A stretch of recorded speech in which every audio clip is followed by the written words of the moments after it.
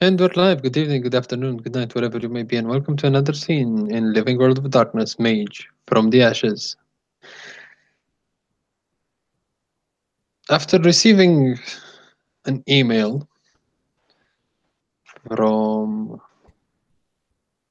Ulysses Tudor Fitzpatrick, Nausicaa has been informed that there will be a car waiting for her and Ava at their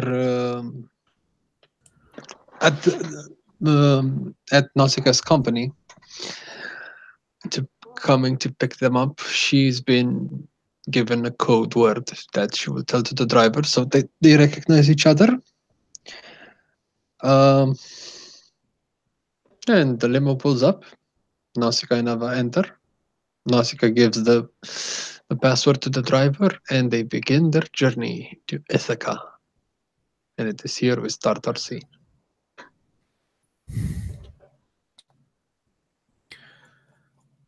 So yeah, Nausicaa is she's been reasonably quiet, just kind of sitting there. For just a little clarification, you're in the back of a limo. I can't exactly tell you what model, but there's enough room. And the driver tells you that you can find water, tea, or coffee in the minibar, and you can help yourselves.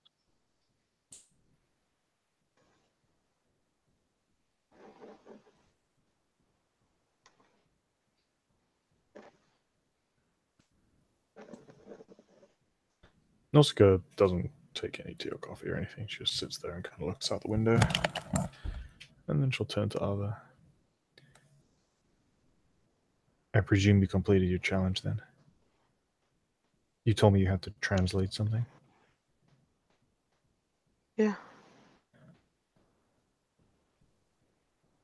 This Ava is also, like, I mean, probably pretty logically a little out of spirits. It's mostly staring out the window. She keeps her hood on even in the limo. And just one thing, sorry, being a bit distracted here. You would have been instructed to bring along all the materials you used for your challenge. Wait, all the materials we used? Okay, sure.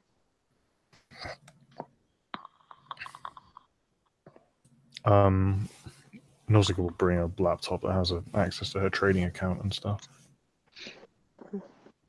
Ava has actually a big, like, shopping, like a shopper that she has, like next to her, standing there.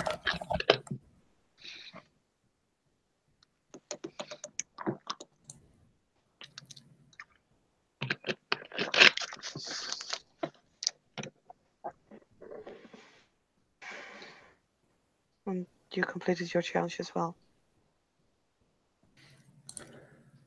I did. That was what the news story was about. Oh. Right. Well, congratulations.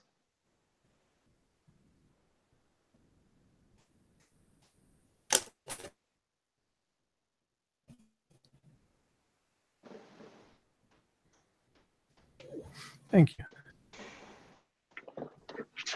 As a side note, I believe that the Zeta Clinic will the method of getting financially. Robbie, I don't know if it's you or me, but you're breaking up, man. Yeah, you're breaking up, man.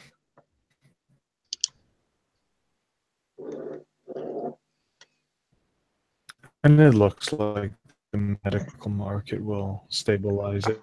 Robbie, stop. I don't know if you were, so if you heard me. No, hello? Hello, please reload, do something, you know.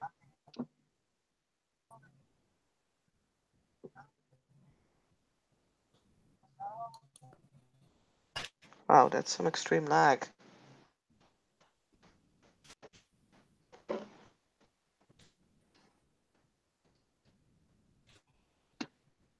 Can you hear me now?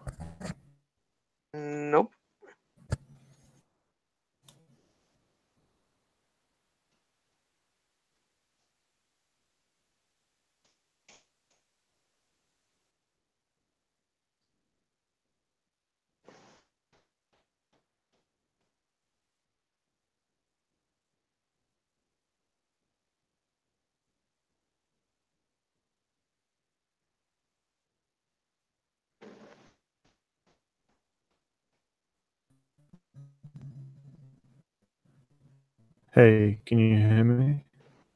You're still a bit like robot-y-ish, but it's better than it was just now. After I stop talking, respond straight away. Okay. I think there's still some extreme lag. Yeah, you do.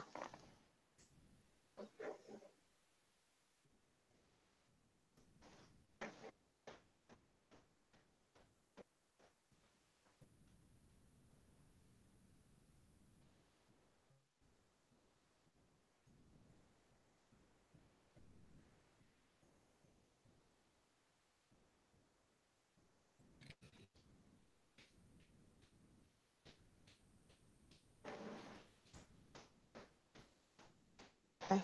And there's you know, most of the time everything's quiet. Otherwise, yeah, just picking up her diary and actually reading back when she first got it, and then just staring outside again and starts writing in it.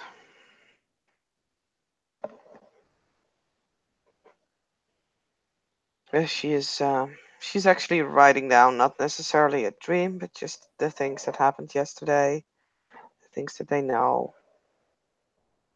And since it is in Swedish, so she's pretty sure no one in the chantry will, you know, steal that diary and read it because they can't understand it anyway.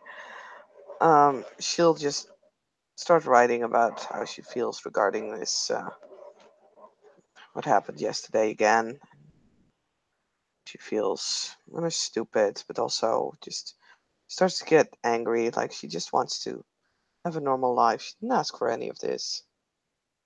I'm sure it's all fun, but this technocracy stuff just has to stop. She didn't do anything wrong to them. And yeah, that's basically what she's doing. I'm a little out of inspiration for anything else, really. So, yeah. After some time, she'll finally get up and like get a cup of tea because she's not feeling like coffee right now. You find a thermos with Earl Grey because duh, there is no other tea acceptable in the order of herpes except Earl Grey. Uh,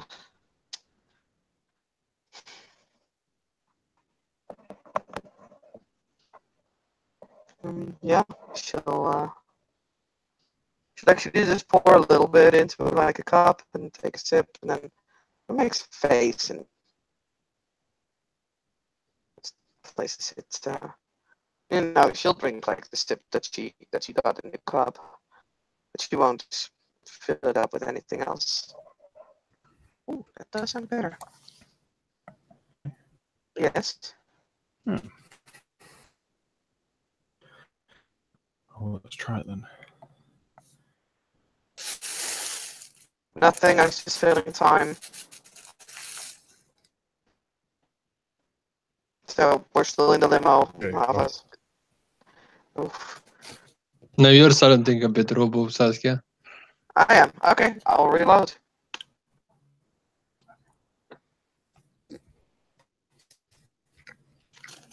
This is a cursed scene.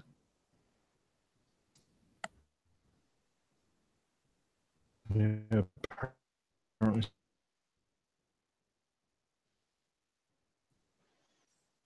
So, Hello? Yep. Okay. hello. So now that we have all the robo and lag out of the way. We hope. Mhm.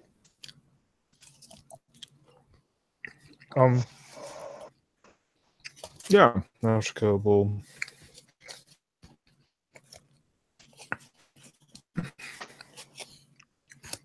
long story short,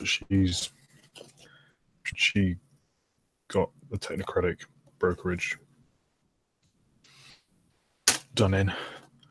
And Ava may have seen reports on the news that there was an unexpected stock crash for essentially the medical industry that is leading to like shortages in hospitals, and some pretty bad things. I mean, Ava and Nausicaa would notice ever since like she got home yesterday. At the time that she hasn't spent like actively doing stuff has been in front of the television, as she is basically for hours and hours going over the various news channels. So yeah, she probably did pick up a lot of like news that is indirectly and directly related to this thing Nausicaa is talking about.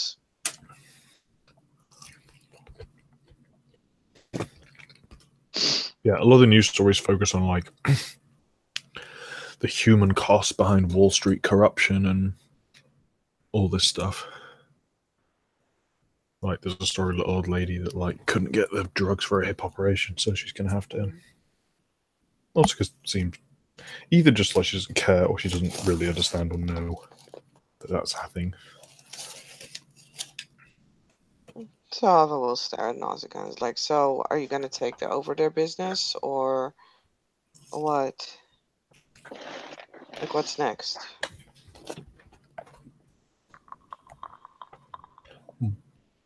How do you mean?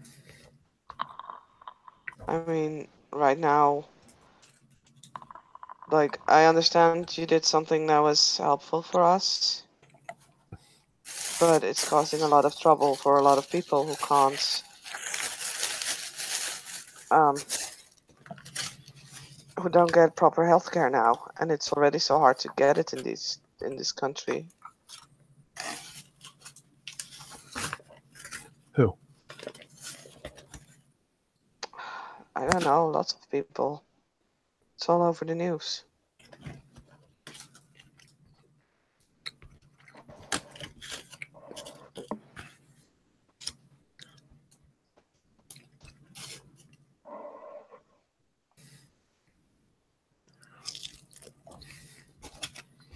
Mostly it looks like there's an aspect she hadn't considered.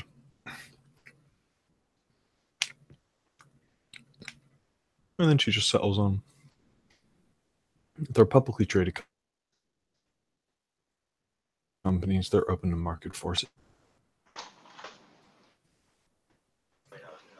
There was a bubble and a weakness in the market. I exploited it. This is the nature of what we do. Yeah, but it's not our nature to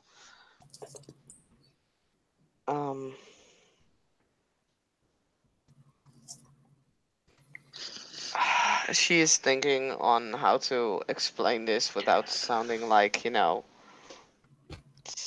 some good Samaritan, because that's not how she wants to sound. She's like, I think that we are also people who would take care of the consequences of their actions, and this is one of them. Like, people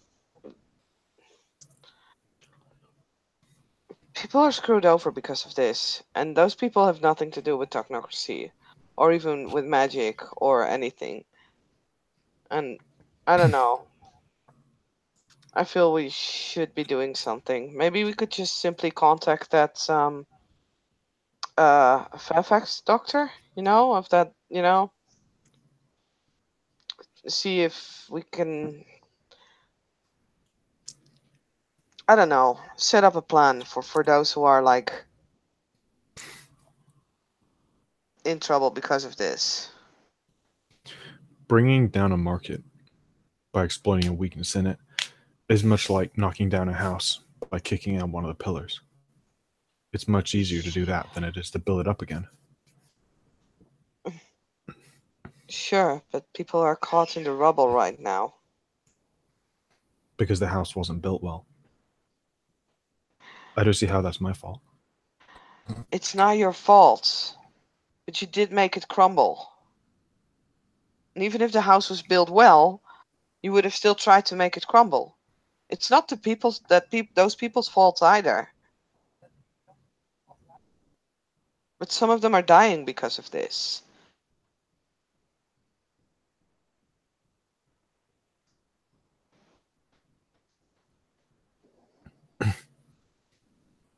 Those medical companies are able to operate at such great expense and increase their profit shares that enable them to develop drugs, pharmaceuticals, and improve their technologies because people in my line of work lend them money. We facilitate them. We trade on them. So perhaps we can take over the contracts that they had with the company you just blew up. I mean, that would be profitable for us, and it would give your company a good name, and make sure that they can't rebuild their industry anymore on the contracts that they had, because they won't have them anymore. I'm not in the medical industry. I didn't destroy a company, I destroyed a brokerage by depressing the market. Okay, but never mind. And I will, start looking outside again. Also, it looks like a little confused.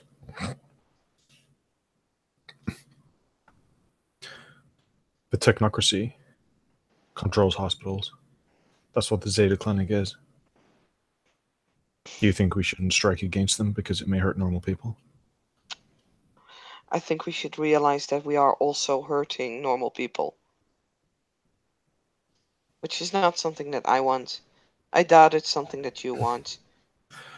And of course they built it on in those places. I'm pretty sure that that place has done a lot of good to a lot of people who are not like us. And I feel that we should destroy the technocracy and places like that, where we were. But I also feel that we should try and build something up for the others. For those who are now in a shitty place. As you continue your conversation, you see Cornell University in the distance. Are you concerned that you will be able to get effective healthcare of it? No. No, I'm not. First of all, this is not my country. Second of all, we have Elijah. I guess Grace is going along that same path. I don't worry about that. So then why Really. are you concerned? Because a lot of people.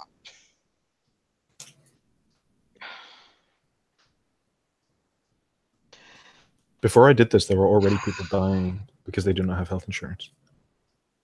Yes. I know. You know what? It's alright. Forget I mentioned it. You feel the car slowing down.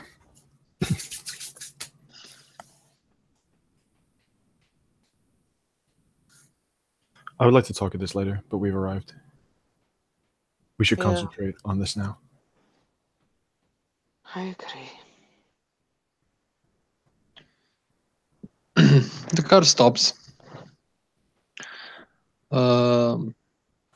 Driver gets out, opens the door for you, and you arrive at that maintenance store, that service access, out of which you came out of last time you were here. And yeah, he basically pulls out the key out of his pocket, puts it in the lock, fidgets with it a bit, opens the door, and behind the door there is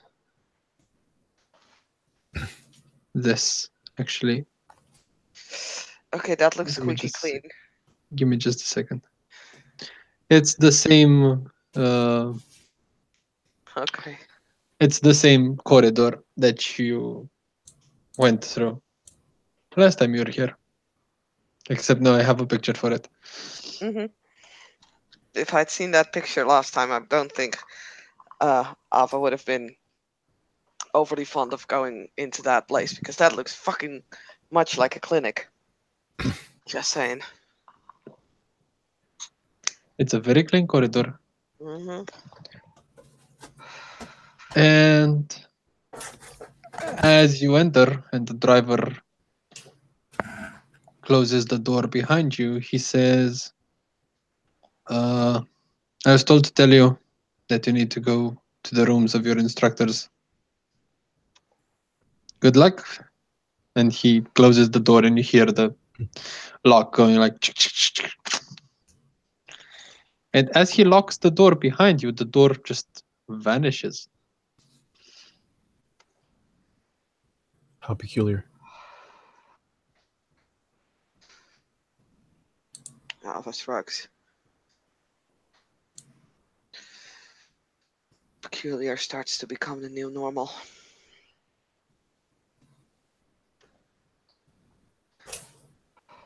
Well, I wish you good luck. You too. And yeah, Nausicaa will walk towards the door that she went to last time. Okay, so we'll start with Nausicaa then. Oh, okay. You took the initiative. Might as well.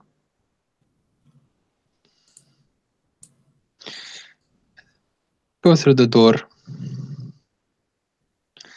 Actually, let's not put Ulysses' face yet. Let's put his office first. You walk into Ulysses' office.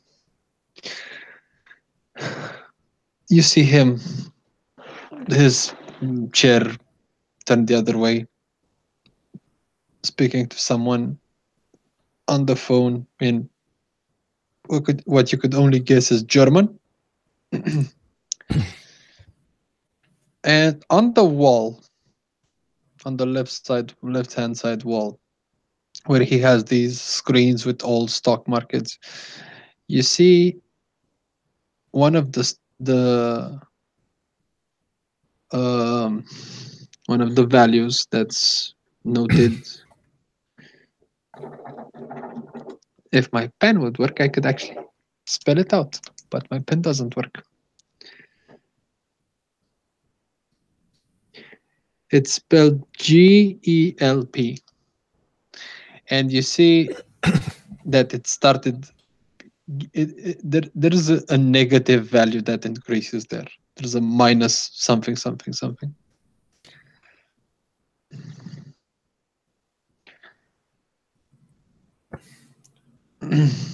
Nausicaa, yeah, just kind of stands there and assumes that her presence is known and will just wait. Probably 15, 20 seconds later, you see Ulysses putting his hand on his ear, which is basically a gesture that he hung up on his Bluetooth headset. And turns around to face you. Miss Alexios. Mr. Fitzpatrick. He extends a hand to, please, take a seat. Nausicaa does. I have bought the materials you requested.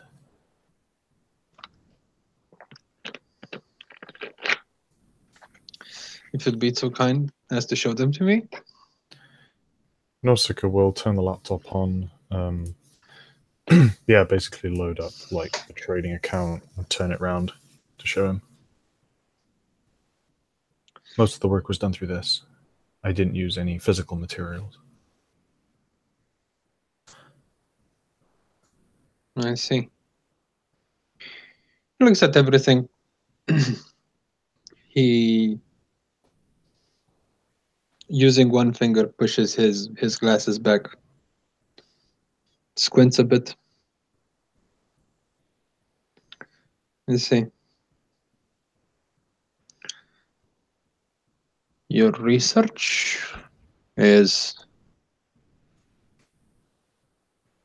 impressive.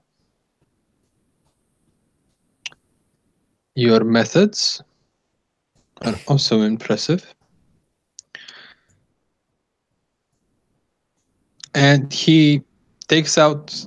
You hear the sound of a drawer being pulled back, and he takes out a remote control and just directs it to one of the screens. And you hear, I don't know, pick whatever news. You hear CNN going on about Gabriel James and this, the media scandal that your little endeavor has caused is not exactly satisfactory. I'll stick a cocks ahead.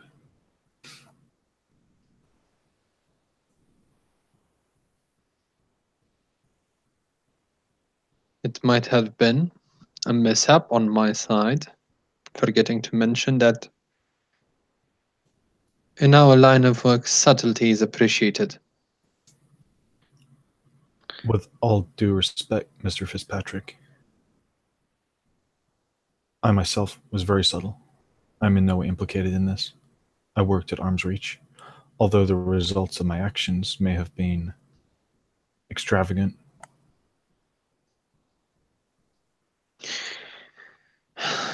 He shifts his head towards the computer screen he has on his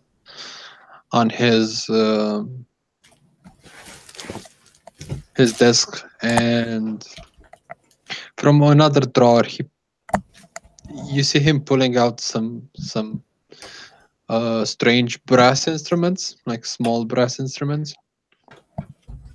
Mhm. He fidgets with them a little above the keyboard. You hear him reciting something in Latin. Then he starts typing away.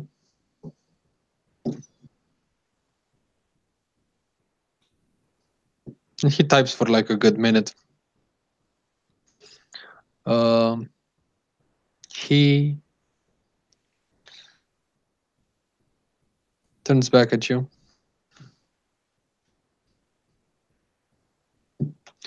Have you calculated the chance of you being caught?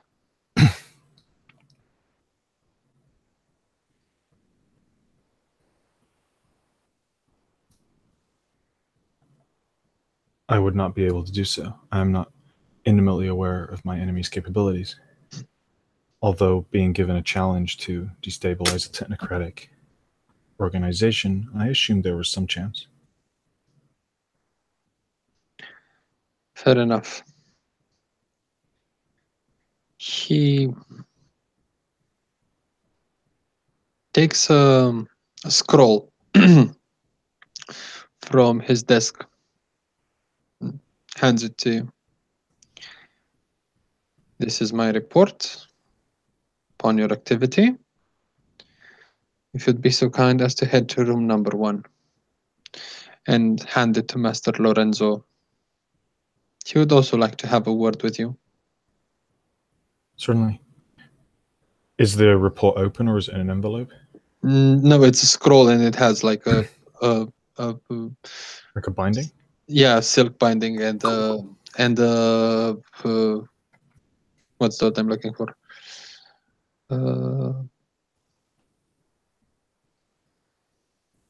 Seal, wax sealed.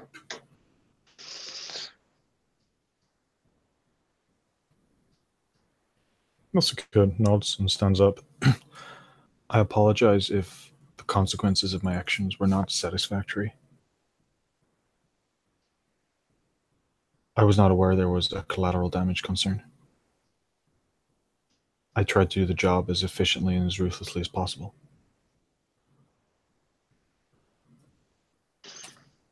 He nods.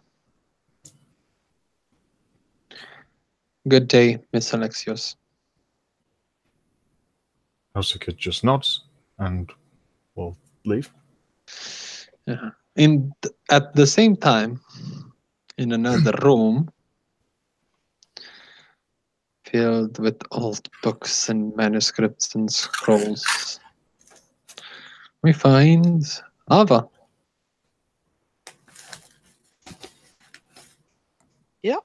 She brings in the big shopper bag. It seems to be like filled to the brim. And she'll wait.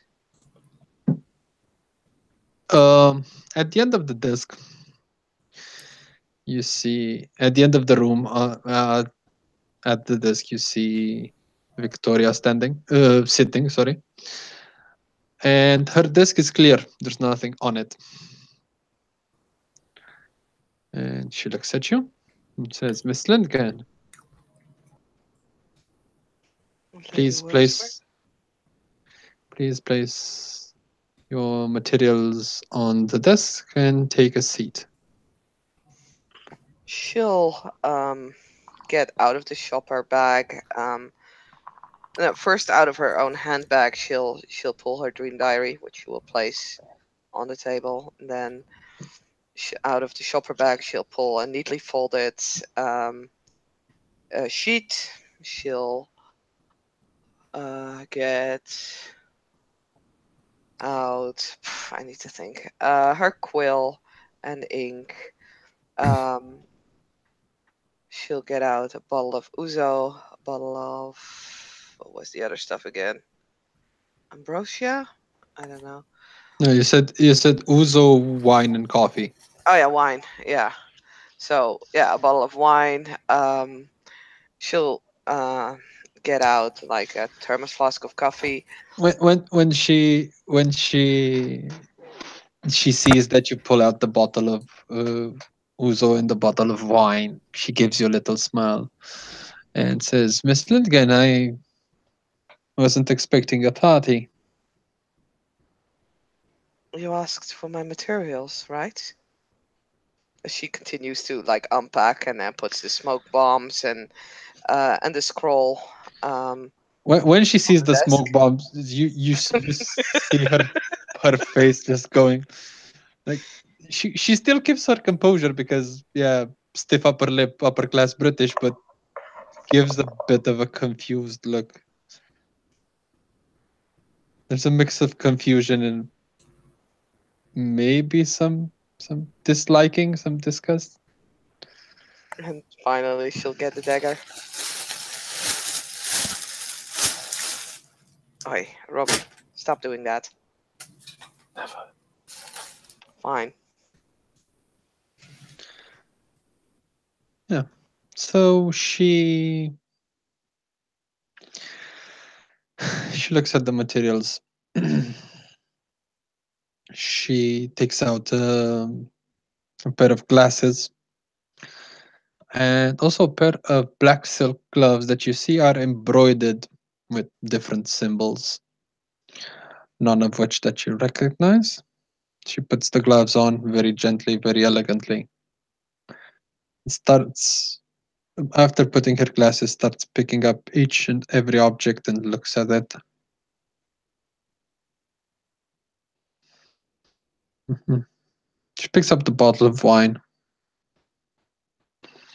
Yes, not a bad choice. I'd have chosen a different vintage myself.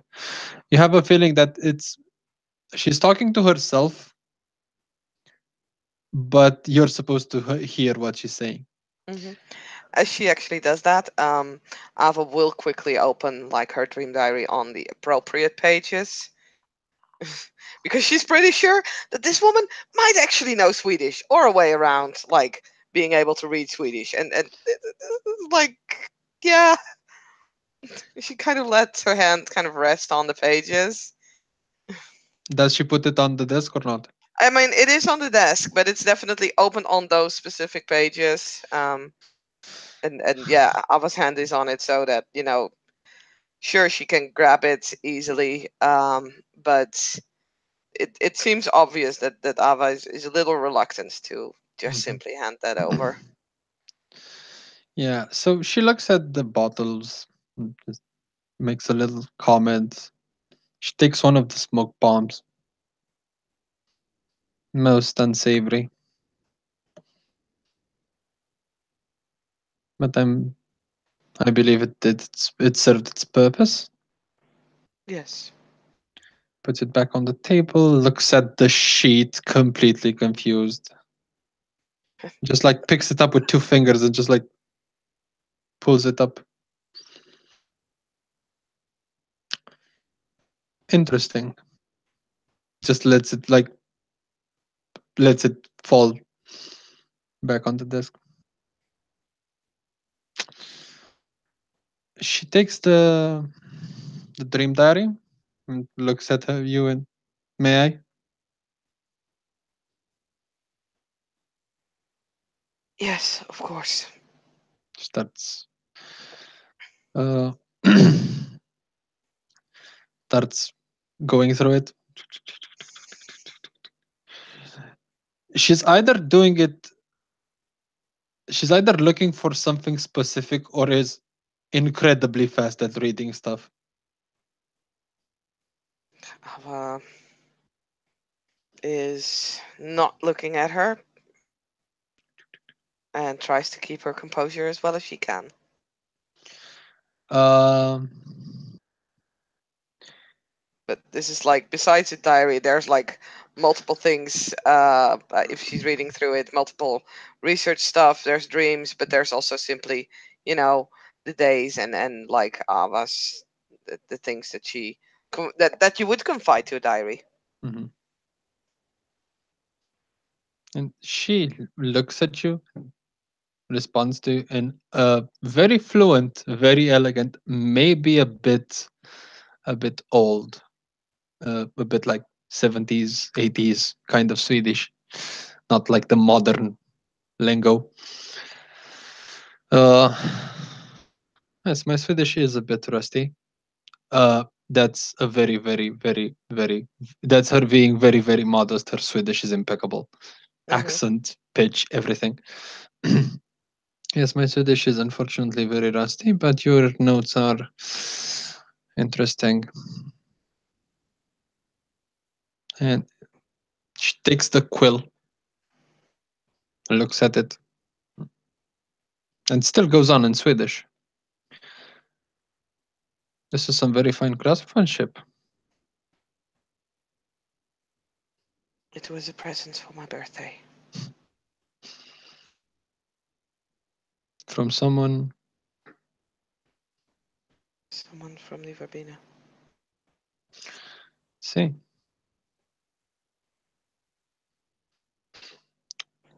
Familiar feather. Silver tip.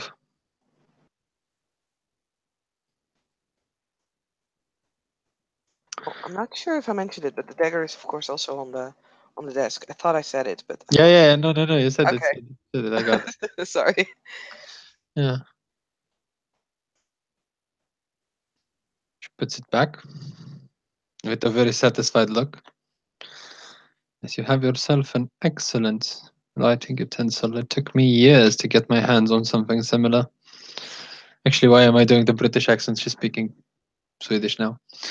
Yeah, and she picks up the dagger, looks at it. This, on the other hand, is a lot more interesting.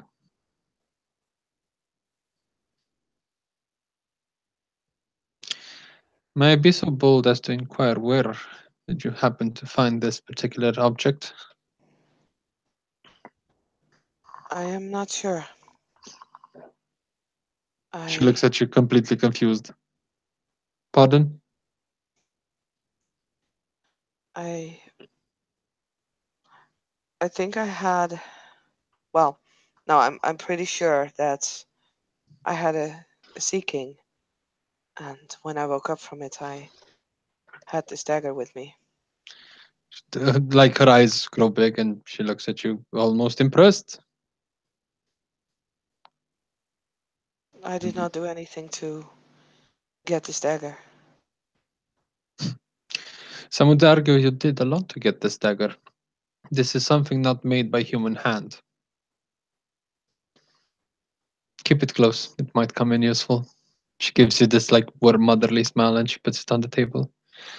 Is the parchment also there? Like the Yeah, last thing? yeah, Okay. yeah. She unfolds the parchment. Looks at it. Analyzes it. Touches the lines. Unfolds it on the table and like makes a bit of room and unfolds it on the table. Mm-hmm. Mm-hmm. Mm-hmm. Yes.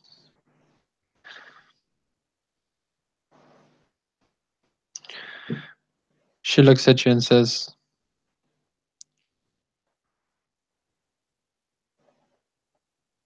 your Latin could do some work. Your Arabic and Greek are barely usable.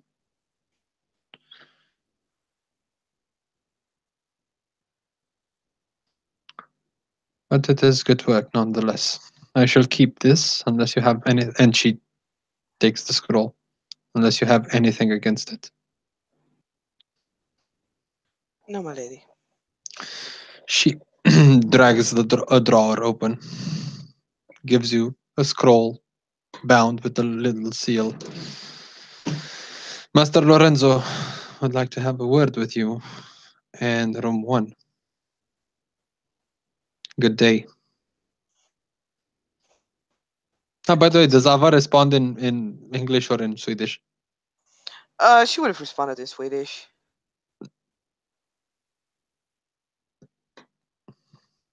And she starts packing up all her belongings again. And at the same time, you bump into Nausicaa on the hallway. In the hallway, whatever. Both of you come out roughly at the same time.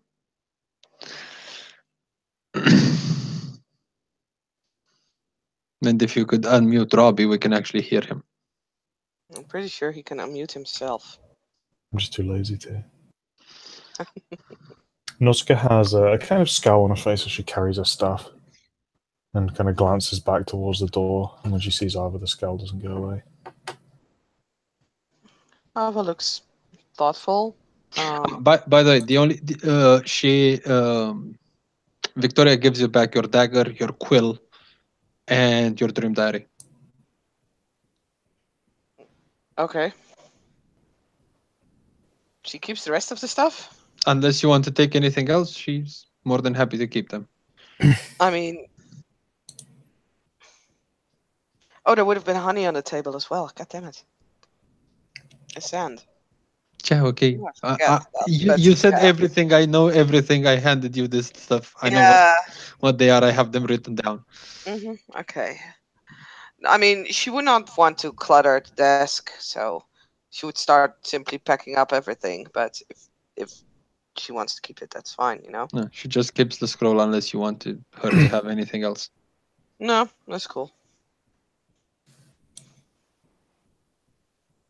So, yeah, she comes with the big shopper bag again, swinging it over her shoulder, and she'll look at Nausicaa. How did it go?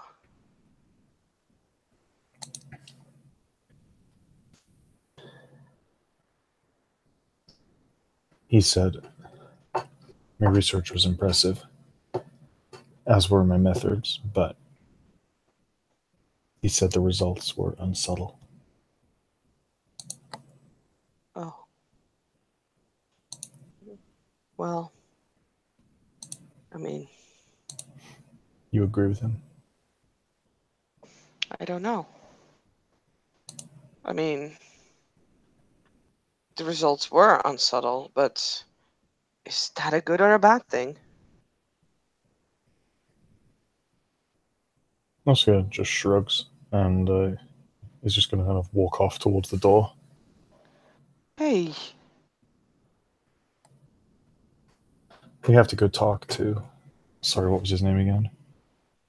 Lorenzo? Yeah, we have to go talk to Lorenzo. We shouldn't keep him waiting. Yeah, okay, but fine. Never mind. Well, she's the one to scowl right now. But she'll hold on to that for a moment before she kind of pushes it aside. And yeah, knock on the door, I guess. You hear, come in from She'll inside. open the door and hold it open for Nausicaa to enter. Yeah, Nausicaa will go in. If Ava holds the door open, yeah, she just kind of looks down a bit. Ava refrains from bowing, but she'll close the door neatly behind the two of them. Yes, you find yourselves in Lorenzo's office, and just give me a second, because I need to do something.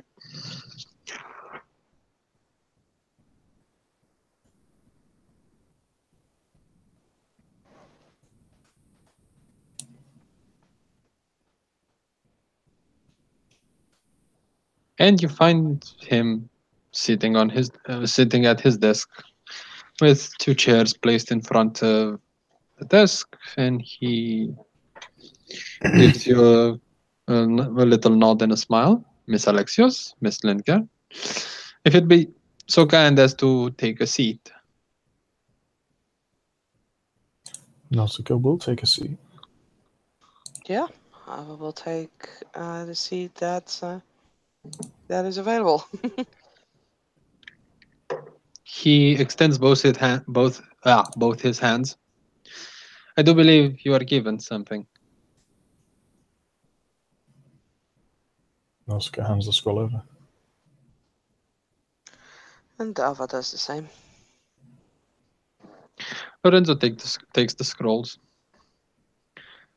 opens up the one got from Nausicaa, reads through it, looks at Nausicaa.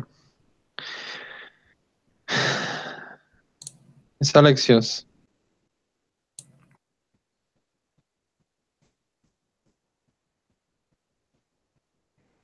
Mr. Ravenna?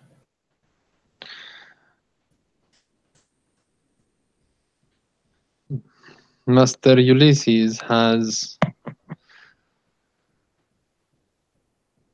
spoken very highly of you, and also has asked me to put forward the question.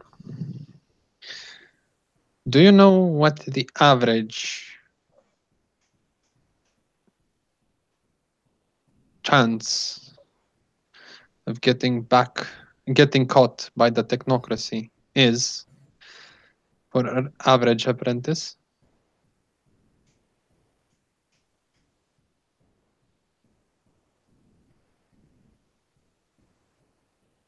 I assume that question is rhetorical, sir.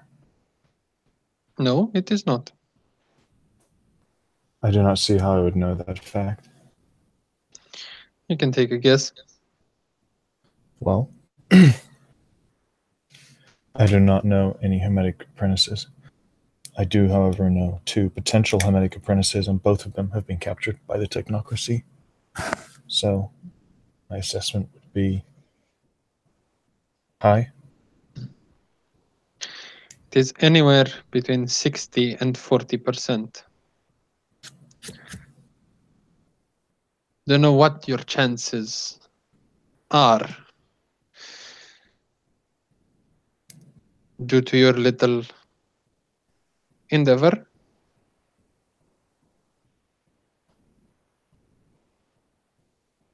I do not. They are less than 2%. To call it impressive would be an understatement. I try to work at length. If you can see the causal pathways, then You can work at a distance. This is what I attempted to do. He unfolds your scroll on the table, on the desk, takes out a quill, and you can see him making a very elaborate sign, which probably figure out he signed it, and sets it to the side. Opens up the second scroll, the scroll from Alva. Miss Lindgren. Yes, sir. Mistress Victoria is also very impressed by your endeavors. It takes years of study of the subtle art of the word to be able to translate something this old. And though the spell enclosed in it is not complex, its execution requires certain parameters to be met.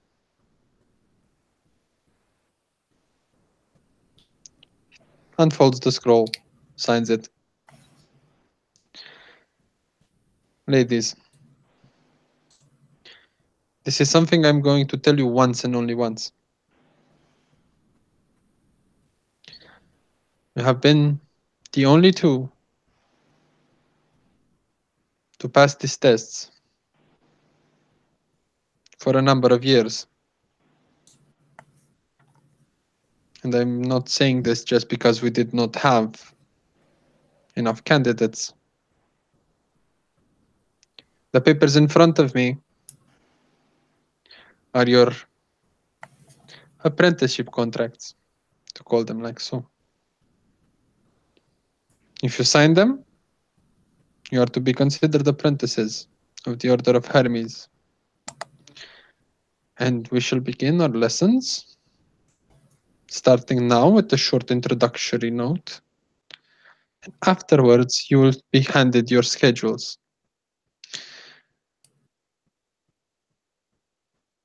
If not, I shall ask you to leave and never to return, and never contact any member of this chantry ever again.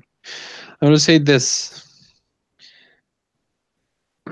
The period that usually takes our apprentices to become full-fledged members is counted in years. Sometimes 9, sometimes 7, sometimes 13, sometimes even more.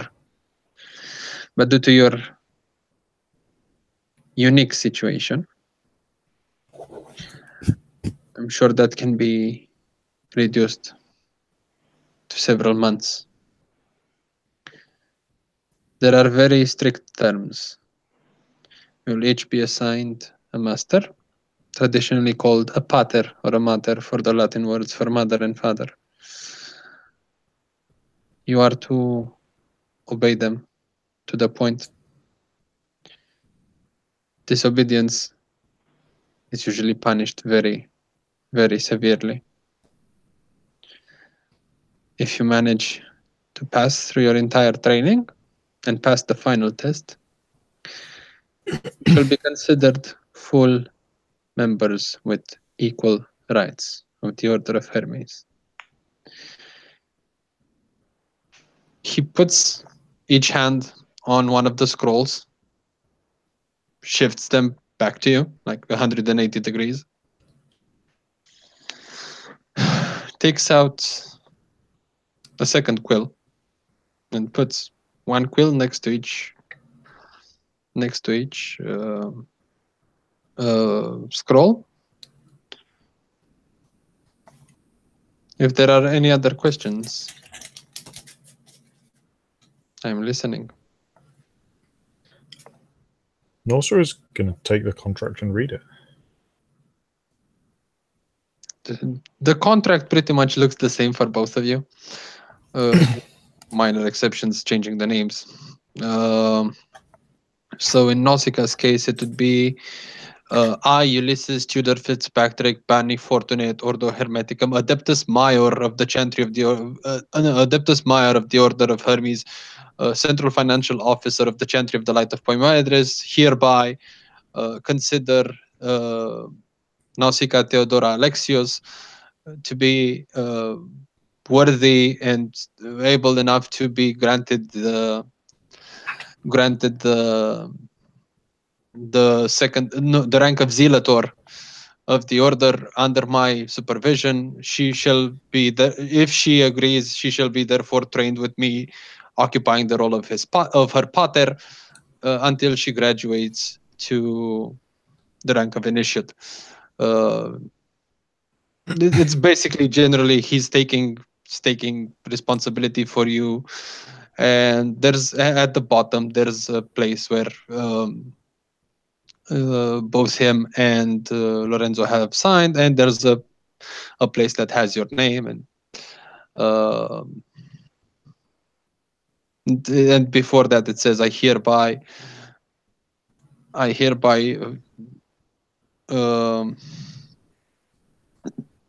take note of all that was said in this contract and assume responsibility for all my duties, and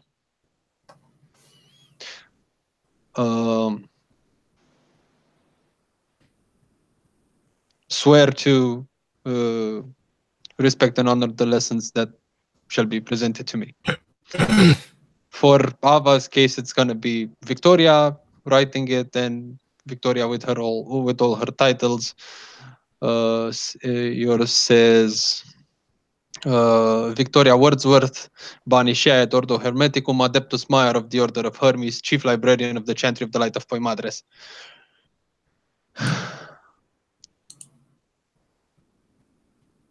So they're basically the same.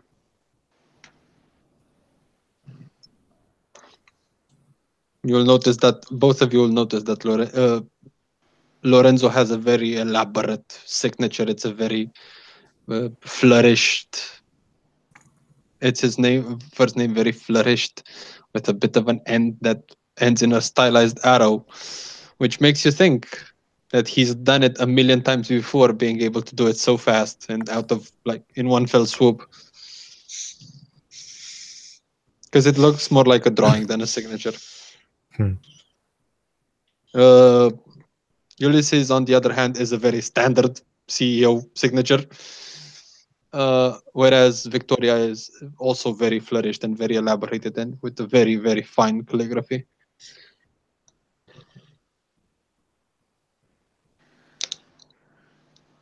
What has happened with the other candidates? You said there were many.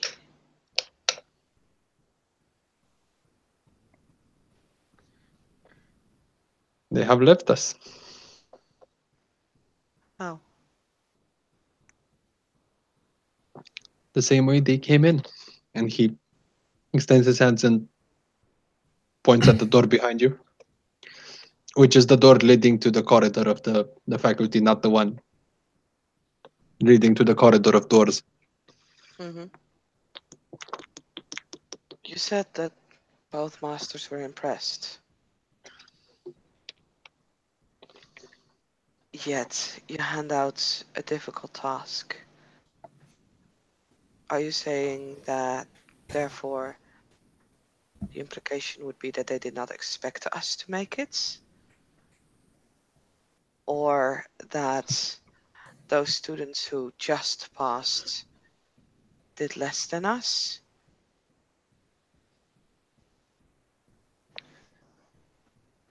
Could someone have passed or have become apprentice without passing such an impossible test? The tests were not impossible. Hard, then. I did not find them impossible. The tests were specifically tailored to your abilities and the requirements of your houses. The problem is that we cannot give Magi with enough ability as the two of you. The same test would give unawakened apprentices, or apprentices who have just recently awakened. And even though you lack the formal training, have developed abilities.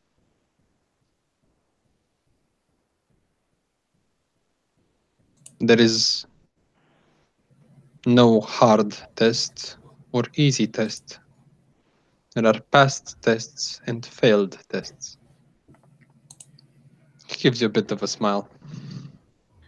But you said that these tests had not been made, that no one has completed them in years.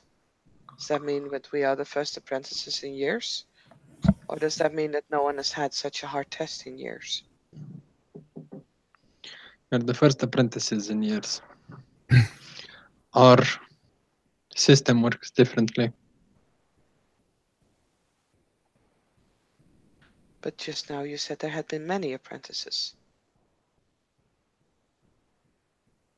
Or many, well, wanting to apply as apprentices.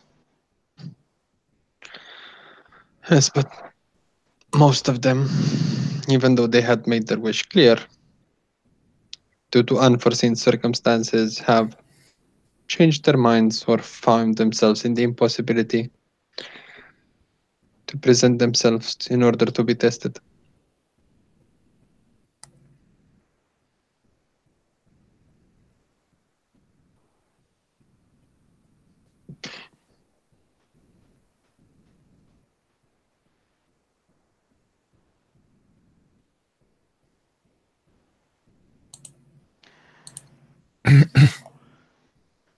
So all those people are out there knowing that magic is real?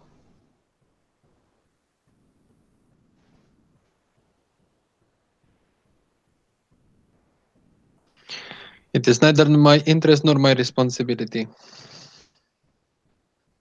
to know what happens with failed apprentices. Most find their ways to other traditions. Others to other forms.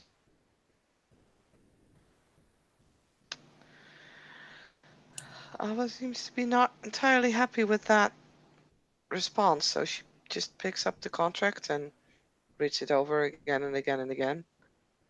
And then finally kind of gives a look at Nausicaa. Nausicaa's just kind of watching Arva.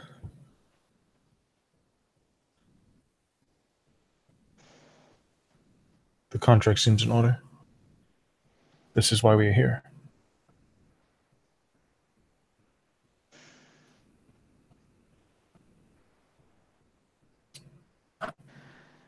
I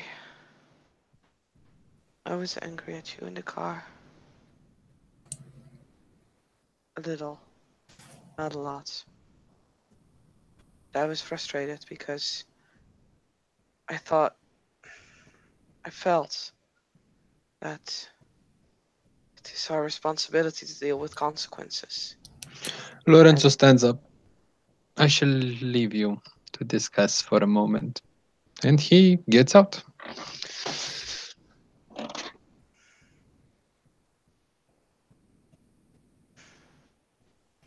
I figured that the people that are now in trouble are partially your responsibility. Because someone needs to take it.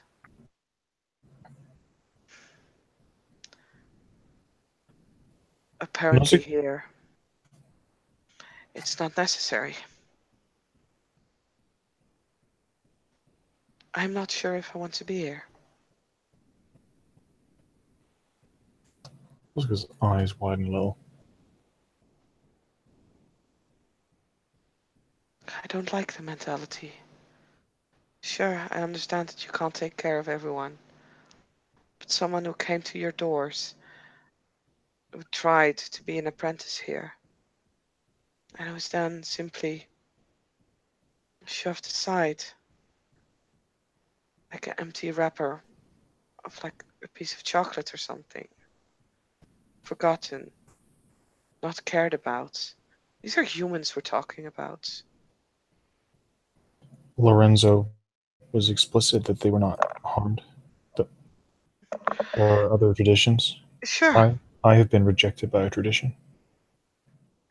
This does not. It meant I could find another. If they were not meant to come here, then they were not meant to. He said some were finding other traditions. But others, what if there are people out there with only to bring like a little knowledge on magic, but enough to be taken captive by the technocrats, to be harmed like we were? And maybe they have been swayed. Every one of those black suits could have been here and could have been turned down.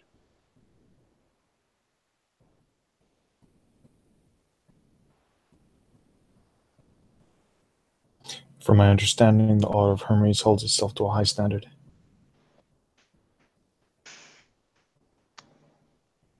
Sure, and I appreciate that. And I understand that there is a chance of failure.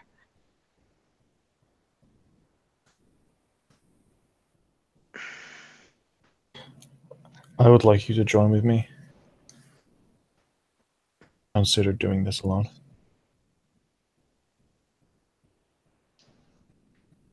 I just don't understand why people are so careless with other people. These are lives. Just as important as yours, mine, theirs. She kind of nods to the or nods to the other end of the desk, basically implying Master Lorenzo. It's I don't know. It's I can't get over people being so careless. Do you know what I think of it? What? There is a group out there who are maintaining the status quo. You may not like to believe it, but the status people for normal people. The technocracy are not harming vast numbers of people, as far as I understand. In fact, from what I have read, they may be responsible for many acts of goodness in a similar way the Zeta Clinic is. But they do harm us, and more importantly, they do harm something else. They harm freedom of thought. They wish everybody to be exactly like them. We do not wish to be exactly like them, because we know that is a lie. And Of course. while there is this conflict, there will be conflict. I must admit I had not considered the collateral from what I did, but you being angry and Ulysses pointing it out. What? He pointed that out? He pointed out the media scandal. That's hypocrites. I don't think so. If they do exactly the same. They do not do exactly the same. This is Yes, they are. This is an exclusive organization. They are not casting people out to the wolves. They're simply not letting them join. There's a difference. But they don't offer them advice. 9 out of 10 times, if you drop out of a school, you can at least go to an advisor to get help, to get assistance, to make it into other schools, or find another career choice. How many people get this option? Many. At least where I am Many do from. not, though. Especially in this country. Well, this country's... There are many. There are many millions who never have a chance to begin with. Many people from the community I grew up in were immigrants. My family was very supportive. Theirs may not be. You are much more likely to be able to do good and make change if that is what you desire to do. If you advance yourself and you fight the people that are repressing humanity. Taking a moral stand on this, over this issue, will hurt you. And then you will be unable, at least you will be set back. Do you believe the other traditions are caring? I don't know. I do not think so. We are in a war for survival. And it's even more important to keep track of those who otherwise might accidentally or deliberately fall into the hands of the enemy. How many people do you think left here disillusioned, maybe angry, and in the end ended up joining freely technocracy? You don't know this You're because misequating. they did not keep track of it.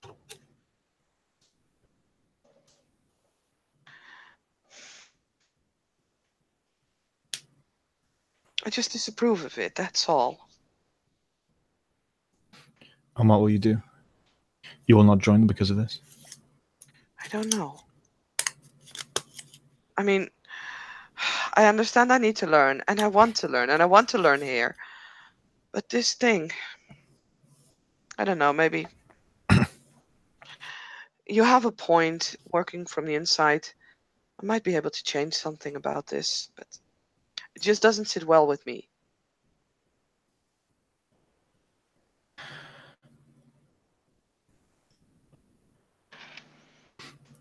Lorenzo said that many apprentices are captured by the technocracy, and that I know the Order of Hermes are something of a leader in the traditions in the war against the technocracy. I believe you may be falsely equating not being in a tradition with safety. Maybe many leave here and they have a small mastery of the spheres, and they are able to go on and live very regular, normal lives, never putting their head above the parapet, never joining in the war.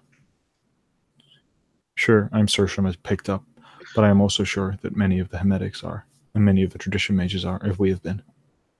Maybe they leave here, and maybe they go back and they have a normal life. And because of their disassociation with the tradition, they're able to stay out of it, stay under the radar, and be safe. But we don't know that. You Because also no one don't kept know. track. You No, would I agree. You would prefer the Hermetic Order tracks people who come here, surveys them. Perhaps keep an eye out. I think it's important to take care of each other. Is that so wrong?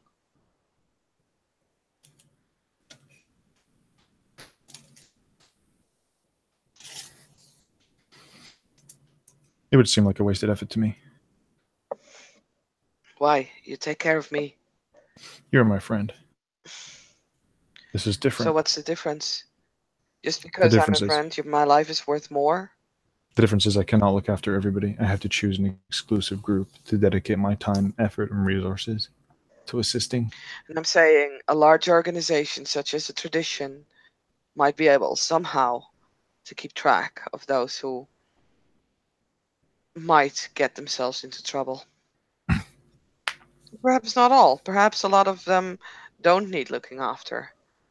But I'm sure there must be a list somewhere of like people who have registered and have tried to get in, if only because, you need to keep them out. I feel this is a minor issue. For you, perhaps. You and I I are do not. not think you should. I know. I do not think you should turn down this opportunity because of that, though. I'm not saying I'm turning it down. I'm saying that this is a point of concern to me.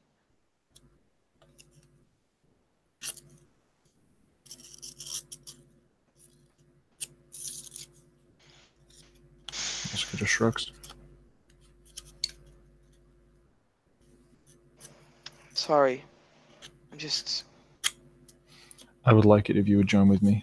I had thought this would be how it works. I know. I'm just...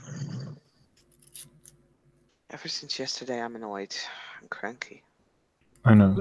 Lorenzo comes back. takes a seat at his desk, looks at both of you. So, ladies, have we decided? Take a look at Ava. Ava gives a long look at this scroll, sighs, and picks up the quill and signs. If Ava does it, then Nausicaa does it too. Lorenzo takes the quills and puts them in the drawer, takes the scrolls, basically rolls them back, puts them in another drawer, puts his hands together.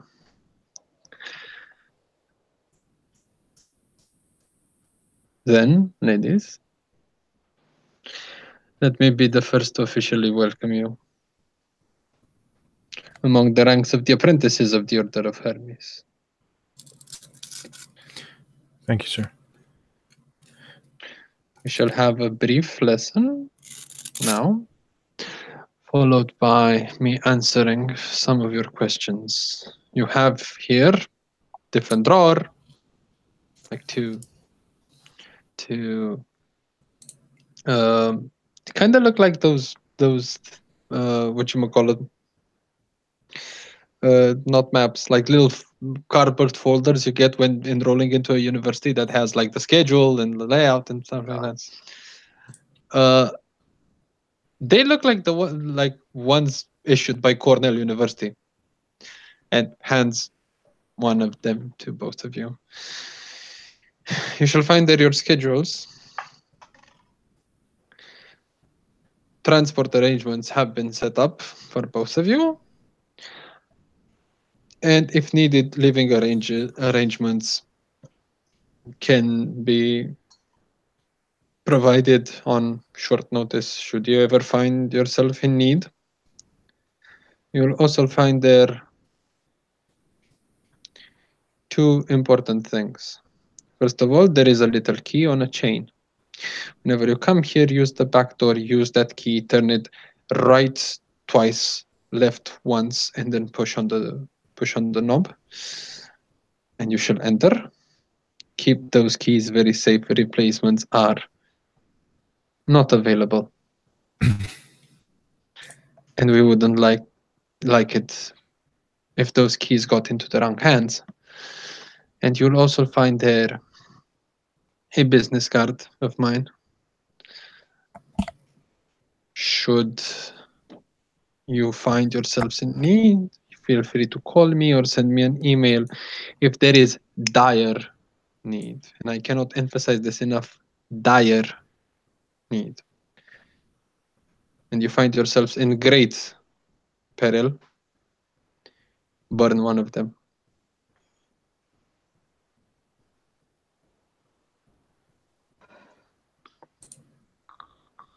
Yes, sir.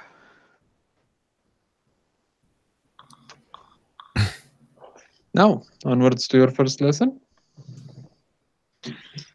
And he pushes the bookcase away, leads you back to the corridor, and opens the door of a room.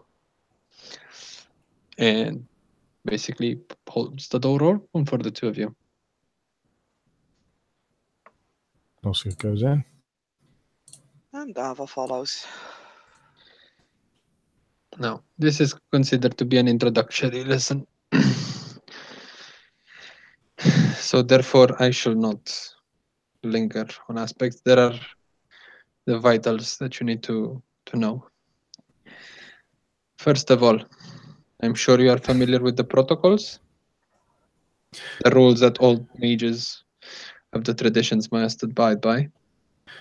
We are.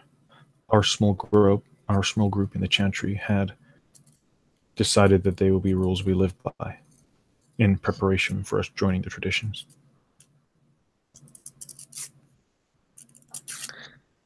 Very well. I shall repeat Although, them. Actually, just let me describe the room. It's like a small classroom. It has like 4 desks for pupils, 1 teacher's desk, and a blackboard. And also looks so at home and sits right at the front of the class.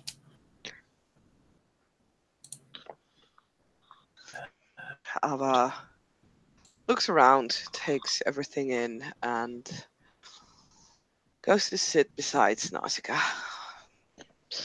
From his inside pocket, Lorenzo pulls out of all things, a wand. A very elaborate ebony wand with 2 copper circles at the bottom of the handle. He just waves it above behind him, and the protocols appear on the blackboard in their particular order. Respect those of greater knowledge. A tutor's debt must be paid. A mage's word is his honor. Do not break a sworn vow. And the part that says "do not break a sworn vow" is underlined. Underneath that, the will of an oracle must always be obeyed. Betray not your cabal or your chantry. Conspire not with the enemies of ascension. Protect the sleepers. They are ignorant of what they do. And finally, be subtle in your arts, lest sleepers know you for what you are. On each of your desks, you find a notebook and a pencil. Yay. Ava will copy everything, even though she knows the protocols, she will still copy them. If that's what's kind of indicated, then Nausicaa will do the same. Does any of them need clarifications? Any of the former apprentices, are they concerned sleepers? Are they like sleepers, some of them, the group? Do not understand your question. Former apprentices. Sorry, former applicants. Those who did not pass. If they are able to do magic, they are I not see. sleepers. If they are not, they are a very, very weird creature. We like to call sleepwalkers. It's a vulgar term, but it serves its purpose. And how are They're they protected? like any sleeper. I see. To what extent does that rule apply in practical terms? For example, there is a technocratic facility in New York City that provides medical care for many of the sleepers. You It is mean our the Zeta long-term. Clinic? I mean the Zeta Clinic.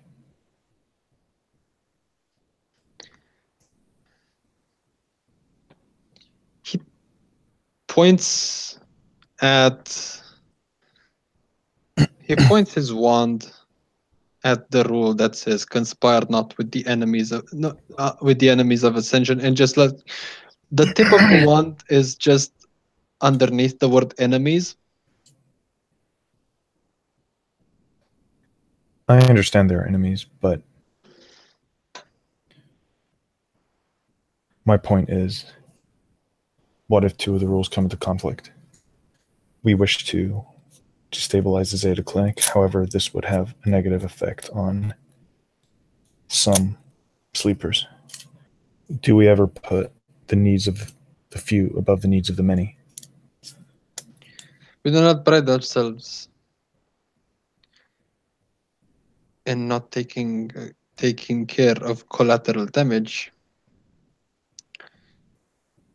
As few sleepers as we can. We protect as many as we can. Sorry, we protect as many sleepers as we can.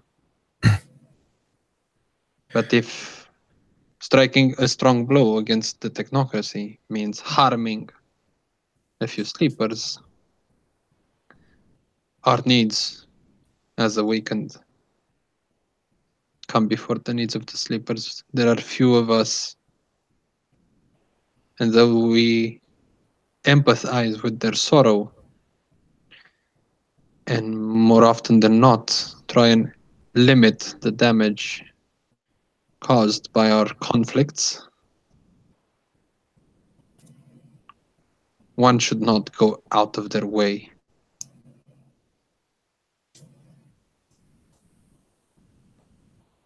This is a war. There are collateral victims on each side.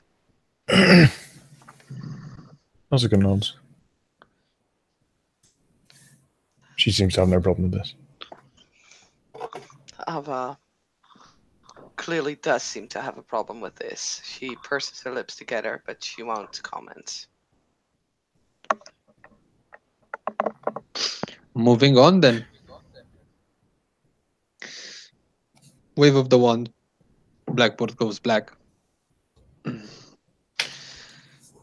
Now, there are two other things I wish to show you. First of all, let's settle some terminology.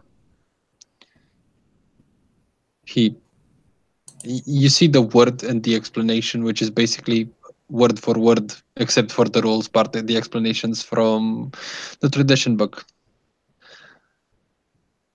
So the first word that comes up is art, parentheses, ars, A-R-S. We usually refer to magic as the art, capital A, always. It is a more encompassing term and a more elegant term. You also refer to the spheres as arts.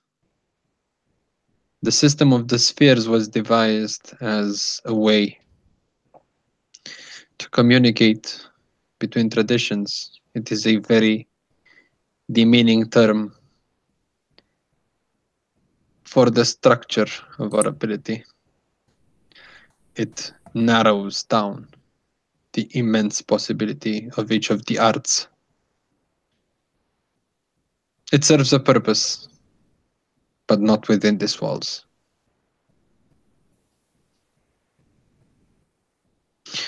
Also, puts another term on the blackboard. You have heard us use the term Bani, B-A-N-I. It is usually translated from Old Arabic as of the house of. It is an honorific that we use in our titles. Most traditions use it. All traditions use it. But we, the Hermetics, like to use it a bit more thoroughly.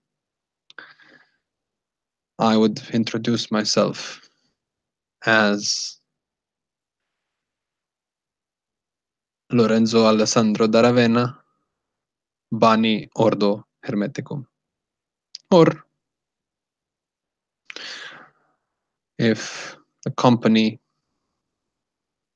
finds itself to be a bit more unsavory, I could just say Bani Order of Hermes. When we speak among each other, as the members of the order, we usually introduce ourselves with our house name. So in my case, Bani Flambeau. You will learn about the houses in days to come. We also refer to those higher up by the term master, or magister, or magistra, or mistress, depending on the gender, usually followed by either their first name or their last name, but that is up to you.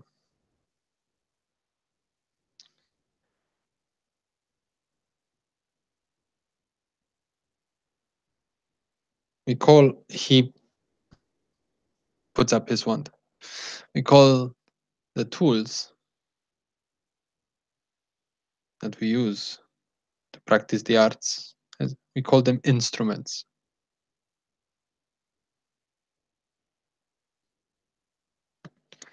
And the last term that I wish to discuss with you today is the term of mater or pater. It is a respectful term we use to describe our mentors or mentors in general. Someone's mater would be their female mentor, someone's pater would be their male mentor. There are other terms specific to our traditions, but just trying to give you the rundown of the most common ones.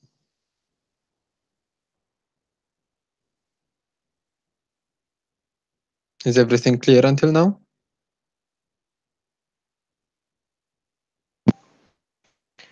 Ava will look up from her writing and she'll nod. Yes, Magister.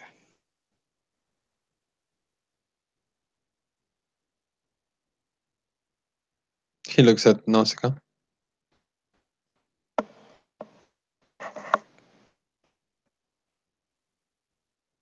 You're muted, Robbie. Oh, sorry. I keep coughing. She literally just repeats what Ava said and says, "Yes, Magister." Very well. Wave of the wand, blackboard goes black. The last thing you'll need to know before you leave. We are a very structured tradition. We work on degrees. Usually, each degree is followed by an exam. Passing that exam allows one to advance in their degrees. Failing it would not. There are 10 degrees in total in the Order of Hermes. Wave of the Wand starts saying first degree, Neophyte second degree, Zelator third degree, Practicus fourth degree, Initiate fifth degree. Basically, gives up all the degrees. You would notice the fact that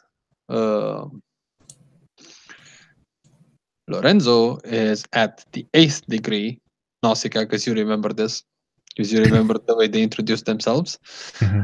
Whereas Ulysses is 7th degree. So they're pretty high up on the scale. Magister, I have a question. Yes? You said earlier we were Zealotors. Yes. This is of the second degree, rather than the first. Yes.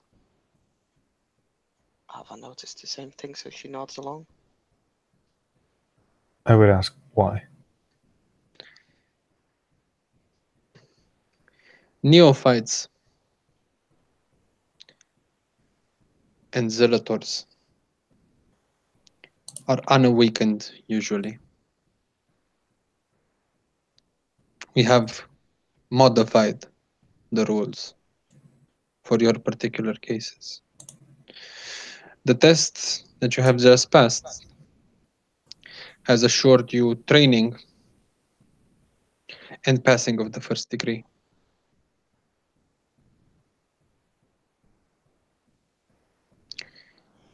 After you finish your initial training with me, you shall take a test in order to achieve the third degree. After you finish your personal training with your pater and mater respectively, you'll earn the fourth degree. The fourth degree, the one of initiate, is what gives one full membership to the order and the right to introduce themselves as a member of the order. After this initiation, you can consider yourself fully fledged members of the Order of Hermes with all the rights and responsibilities that it involves. Could you clarify that? What rights do we have? And what are our responsibilities? I shall reserve that for another lesson, but I can give you a brief summary.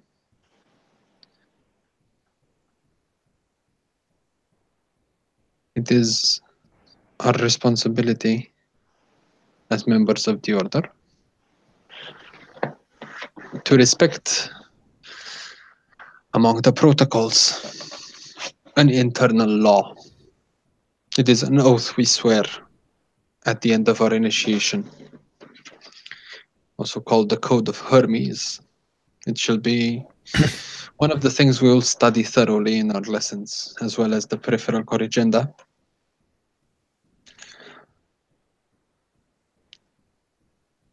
You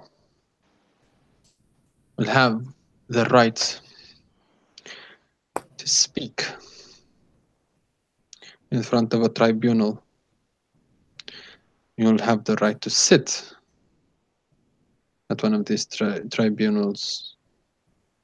After a while, upon reaching the 5th degree, you'll have the right, but also the obligation, to train apprentices should the higher in station of your chantry, of your or of your order, present you with someone found worthy, and other matters are questions of common sense, some might add. Not endangering the order, not sharing its secrets, not confiding in those called those dubbed enemies of the order, not consulting with devils or the undead.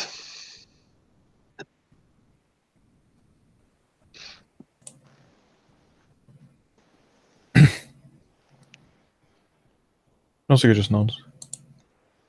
Thank you, Magister. She nods.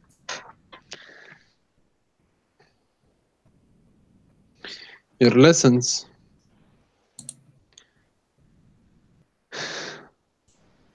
your lessons with me will be composed of 3 parts. A part that deals with our culture and history, of magedom in general and of the order in particular. The second part would be general theory of the art. And the third part would be practical lessons.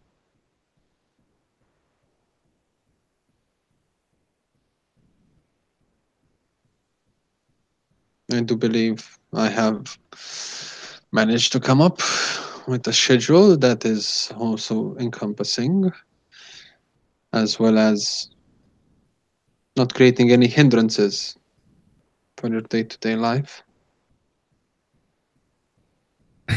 There will be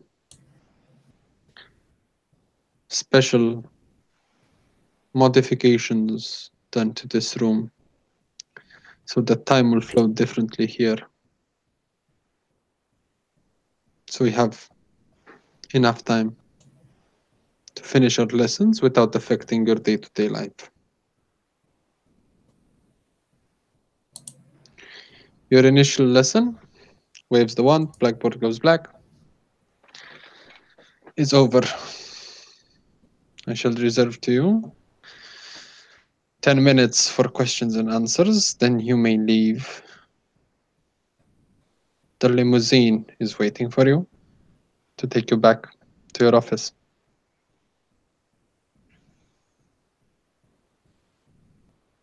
Also, keep the notebooks. They are for your eyes and your eyes alone, as whatever we speak here are for your ears or your ears alone. Feel free to discuss and debate among yourselves. But from now on, you partake in the teachings of the Order of Hermes, and this is only for the members of the Order.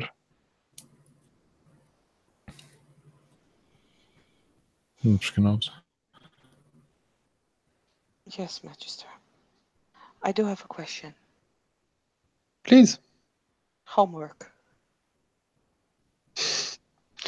Not at the first lesson. No, but is there anything that we can prepare for the second one?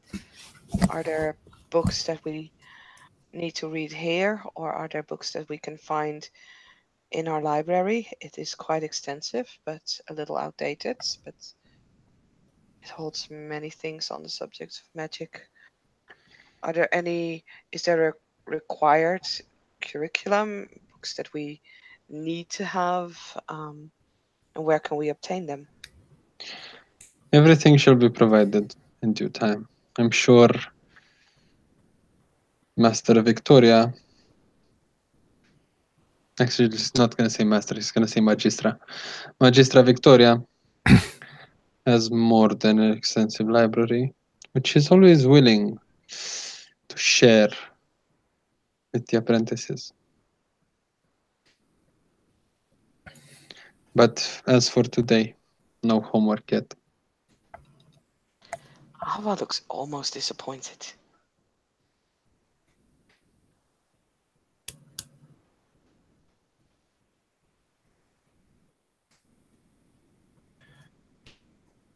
If that's a kind of dismissal, Nausicaa will stand up and say, "Thank you for the first lesson, Magister.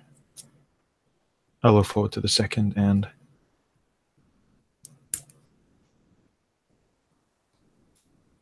He nods. I apologize for exposing myself during my challenge. I will try to do better than 2% next time." He puts up two fingers. 2% is better than what most trained mages can pull off with so little information and preparation and all by themselves. If you can do better, I would be impressed. But do not belittle your efforts, Miss Alexios. You have done very well.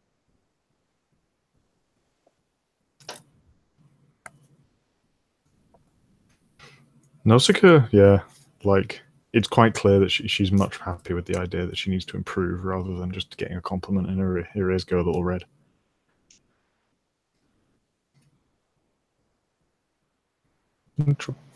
Kind of nod and just look at Ava.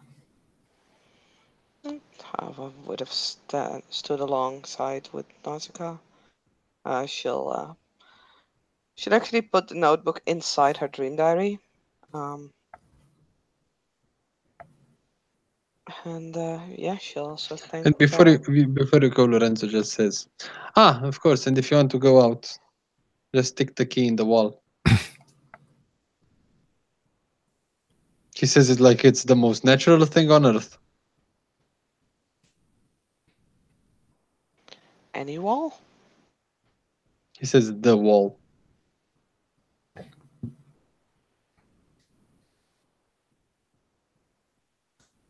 I wish Nausicaa was pop culture savvy so she could make a Diagon Alley joke. But yeah, she will nod and then leave. Yep. Alva will hoist the shopping bag over her shoulder and will follow. Find yourselves in the magical corridor of purple doors.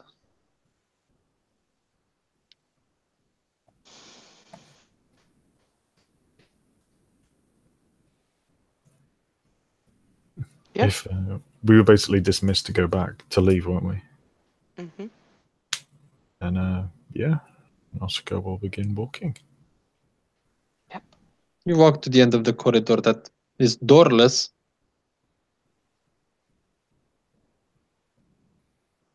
She will stick the key in the wall roughly around the height she remembers the thing being.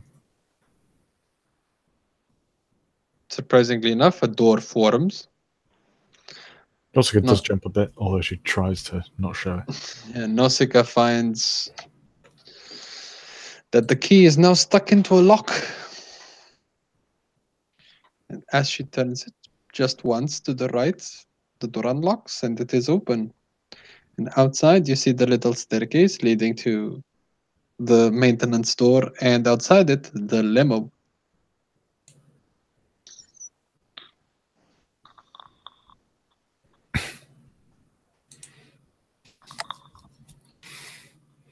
Should we go?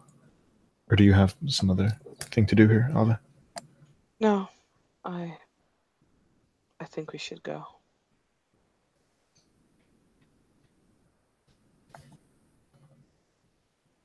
Yeah, she'll start walking down. Driver gets out of the car, opens the door for you.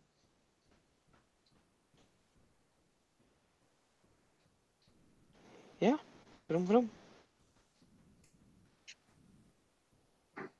And we'll take you to Iliad.